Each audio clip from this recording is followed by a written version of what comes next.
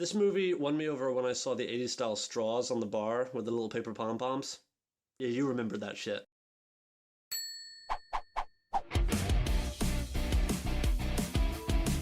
Hi, I'm Ryan, your host for The Toast, and this week we talked about Eddie the Eagle. Right, I'm from England, so I know who Eddie the Eagle was before I saw this movie, but even then I was not prepared for how enthralled I was going to be with this story. Now, I'm not a sports guy, especially ski jumping, so I thought this movie would go right over my head, but guess what? It's not a sports movie. It's about this awkward yet supremely determined little Englishman named Eddie the Eagle who is determined to go to the Olympic Games. Not win in the Olympic Games, but compete in the Olympic Games. It's a very important distinction for this film. So the basic story of this movie is Eddie really wants to go to the Olympics, but he's tried out and well, he hasn't failed. He's actually pretty good at what he does, but he's always hit the roadblocks and he can't go to the Olympics. So he finds this one sport, ski jumping, that Britain doesn't have a team, so he's the team.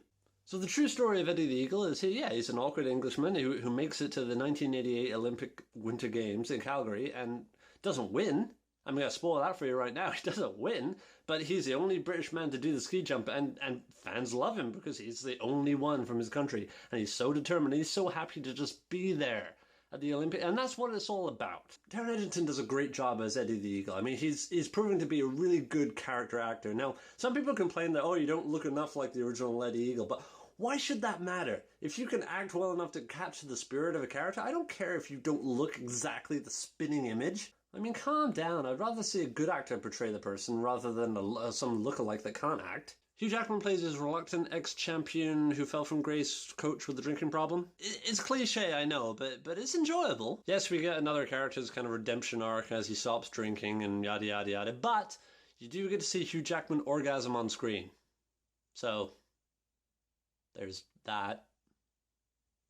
But I have to admit, Hugh Jackman's ski jump was absolutely awesome. I mean, it goes all slow motion and the cigarette's hanging out of his mouth and blowing in the wind and he's smiling and his teeth are out. He's even dressed like Wolverine. He's got kind of like the plaid shirt and shit. I never knew that ski jumping was a mutant superpower.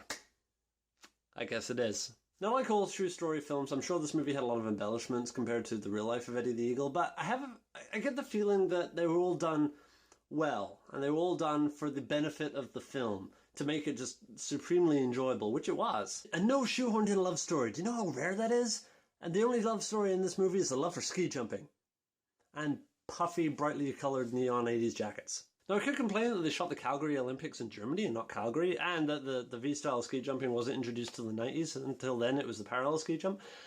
But then I remember the music in this film, and all is forgiven. I gotta admit, the soundtrack to this movie sampled from the 80s style perfectly. It sounded like you were rocking a journey the whole way through the film. Normally, this isn't the kind of movie I'd go to see in the theater, but I gotta admit, it worked really well in the theater. The theatrical experience of the music and the roar of the crowd and the glory passed on screen worked really well. This movie focused on all the right things: the character, the humor, the perseverance. Yes, it's the tried and tested Glory Days formula, but it works, especially when the movie is so focused on the story as Eddie the Eagle is so focused on ski jumping. The movie builds and builds to one hell of a feel-good finish and is worth toast and jam. Jammy. A solid crust and a tasty topping that's going to stick with you for days. With Eddie the Eagle and Cool Runnings, it won't be long before we can marathon movies set at the 1988 Winter Olympic Games. Well, I hope you guys go see Eddie the Eagle instead of this other big gold eagle bird god movie thing that's out now. And if you want to see more from me, click away. Until then, cheers. Now, I'm not kidding when I say I was sitting at the top seat of this movie, and right down below this guy let rip this mega fart. And I'm a stickler for movie etiquette, but it was kind of funny until it drowned out the movie. It was so loud. Oh man, and this couldn't have been unintentional. I mean, he let that thing rip. And I think etiquette-wise, you can at least tone it down to a little squeaker. I mean, silent but deadly. I was sitting far enough away that I wasn't in the danger zone, but my ears were offended on the movie's sake.